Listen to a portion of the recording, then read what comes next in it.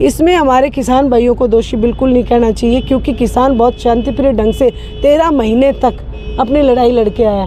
तो अगर उनको ये चीज़ें करनी होती तो उस समय कोई किसी ने हाथ नहीं पकड़ा हुआ था। लेकिन आज जो है इस घटना का मैं कहीं से भी समर्थन नहीं करती हूँ, क्योंकि लोकतंत्र की सबसे बड़ी ताकत वोट की ताकत है।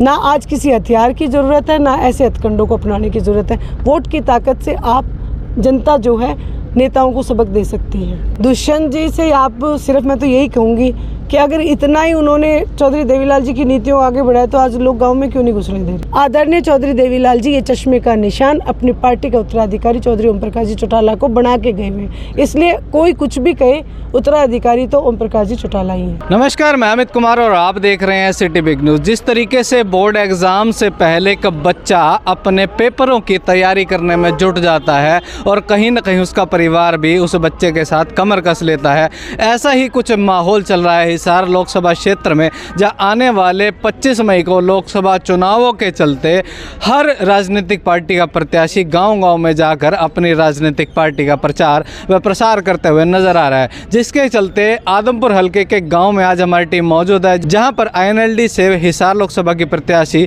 लोगों के बीच में पहुंची थी और कहीं ना कहीं एक मैसेज कहीं ना कहीं ओम प्रकाश चौटाला की राम नाम लेकर उन लोगों के बीच में पहुंची थी और उनसे बातचीत करने की कोशिश करते हैं कि क्या उनका कहना है आने वाले लोकसभा चुनाव को लेकर। ये बिल्कुल सही बात है। मैं तो हमेशा हर अपने भाषण में कहती हूँ ऐसा कोई सगा नहीं जिसको बीजेपी ने ठगा नहीं। आप शुरू से देखें, कुलदीप बिश्नोई जी ने पार्टी ज्वाइन की, उसके बाद आदमपुर का बाई इलेक्शन हुआ।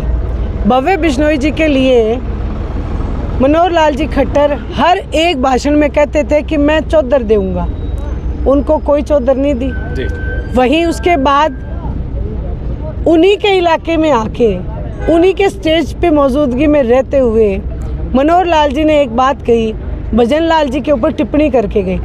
चाहे वो विपक्ष के नेता थे, लेकिन एक पद की गरिमा होती है, वो भी हरियाणा प्रदेश के मुख्यमंत्री रहे। जनता की भावना उनसे जुड़ी हुई है और ख़ास करके आदमपुर की जनता की भावना उनसे बहुत जुड़ी है, क्योंकि आदमपुर के लिए उन्होंने कोई कोर कसर नहीं छोड़ी। मैं तो इस बात की कड़ी निंदा करती हूँ कि एक पद की गरिमा के ऊपर जो उन्होंने टिप्पणी की वो अपने गिरेबान में नहीं झांका। मैंने जैसा कहा कि पंचकुला में इनके अधिकारी बैग भर भर के नोट लेते हुए पकड़े गए, वहीं अगर मुकाबला मनोहर लाल जी खट्टर को करना है भजन लाल जी से तो जंबेश्वर यूनिवर्सिटी जैसी यूनिवर्सिटी दे के करते, ताकि ये इलाका भी इस बात के लिए उनका धन्यवाद करता। वहीं आज हर नेता कुर्सी की लड़ाई लड़ रहा है। आप ये देखें, ये कांग्रेस में भी है और ये बीजेपी में भी है। ये लोग सिर्फ कुर्सी के लिए लड़ाई लड़ रहे हैं, लेकिन जनता को ये भूल चुके हैं जो लोग कुर्सी देते हैं उनकी लड़ाई आज अगर कोई लड़ रहा है तो अभय सिंह चौटाला। जी, वही मैं बात करूं बीजेपी के पूर्व सांसद की बृजभूषण की, क्योंकि जो कहीं ना कहीं महिला पहलवान का प्रदर्शन लंबे समय दिल्ली में चला और अभी कुछ दिन पहले जिस तरीके से उन पर आरोप जो है वो तय हो गए कोर्ट कर दी है 354 और 354A, क्योंकि इनेलो ने बड़े दमखम से उन महिलाओं की कहीं ना कहीं खिलाड़ियों की आवाज़ उठाई थी। जिस तरीके से कहीं ना कहीं बीजेपी ऐसे नेताओं को आगे करती है और आज फिर से जिस तरीके से कोर्ट ने आरोप तय किए, कैसे देखते हैं आप? देखिए, आज लोकतंत्र की हत्या आए दिन होती है। मैं तो पूरे हरियाणा प्रदेश से इस बात की गुजारिश करती हूँ कि लोकतंत्र बचाना है तो भारतीय जनता पार्टी, जो कि कोरोना से भी बुरी बीमारी है, इसको दूर करना पड़ेगा। नहीं तो हमारी बहन बेटियों के साथ कभी भी न्याय नहीं हो पाएगा। ना केवल देश का गौरव बढ़ाने वाली जो जंतर मंतर पर बैठी वो खिलाड़ी हैं, बल्कि हरियाणा प्रदेश की भी एक कोच, जिसके ऊपर भी जो ये पेहोवा से जो MLA था, वो जो खेल मंत्री संदीप सिंह, उनके ऊपर भी आरोप है। लेकिन फिर भी मनोहर लाल जी खट्टर विधानसभा में कहते हैं कि इस्तीफा नहीं होगा, नहीं होगा, नहीं होगा। यानी कि हमारी बहन बेटियों के इज्जत और मान सम्मान का इनको कहीं से भी ख्याल नहीं है। मैं बीजेपी की बात करूं, बीजेपी के नेता कहने के बूथ चलो अभियान, घर घर चलो, ये चला रहे हैं। उनका कहना है कि हम हर वोटर तक, हर मतदाता तक पहुँच रहे हैं और कहने की इसी तरीके से हम 400 पार करेंगे।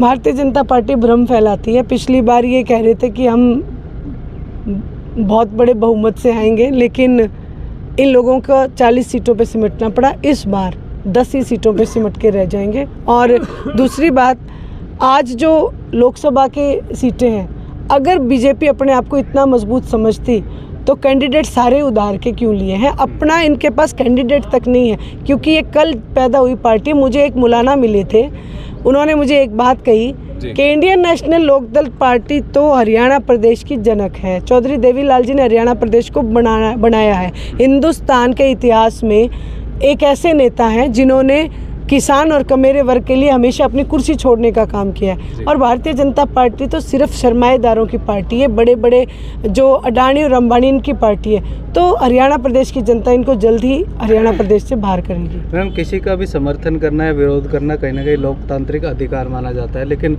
अभी हाल ही में जो है जेजेपी के प्रत्याशी के ऊपर जो है विरोध करके और इस तरीके के पथराव किया, आप उसे किस तरीके से देखते हैं? देखिए, मैं ये नहीं मानती कि कहीं से भी सही है, लेकिन ये वहाँ मैं ये भी नहीं मानती कि वो कहीं से भी किसान थे, क्योंकि किसान के सामने जब कील गाड़ी गई और आंसू गैस के गोले दागे गए, किसान ने भी बहुत कुछ सहन किया।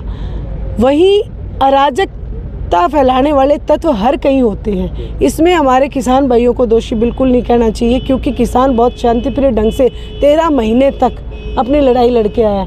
तो अगर उनको ये चीज़ें करनी होती तो उस समय कोई किसी ने हाथ नहीं पकड़ा हुआ था। लेकिन आज जो है, इस घटना का मैं कहीं से भी समर्थन नहीं करती हूँ, क्योंकि लोकतंत्र की सबसे बड़ी ताकत वोट की ताकत है। ना आज किसी हथियार की ज़रूरत है, ना ऐसे हथकंडों को अपनाने की ज़रूरत है। वोट की ताकत से आप जनता जो है नेताओं को सबक दे सकती है। अभी मैं कुछ दिन पहले की बात करूँ, मैं दुष्यंत चौटाला से बात कर रहा था, तो वो कहीं नहीं कि अपने आप को बता रहे कि असली जो चौधरी देवीलाल नीति है उसको मैं आगे बढ़ा रहा हूँ। और जो बाकी जो 3 उम्मीदवार हैं बाकी पार्टियों के, आप उनसे जाके पूछे कि आज से 10 साल पहले उनके घर में कभी चौधरी देवीलाल की फोटो नहीं थी। देखिए, दुष्यंत जी से आप सिर्फ मैं तो यही कहूँगी कि अगर इतना ही उन्होंने चौधरी देवीलाल जी की नीतियों को आगे बढ़ाया तो आज लोग गाँव में क्यों नहीं घुसने दे रहे। प्रत्यक्ष को प्रमाण की ज़रूरत नहीं होती।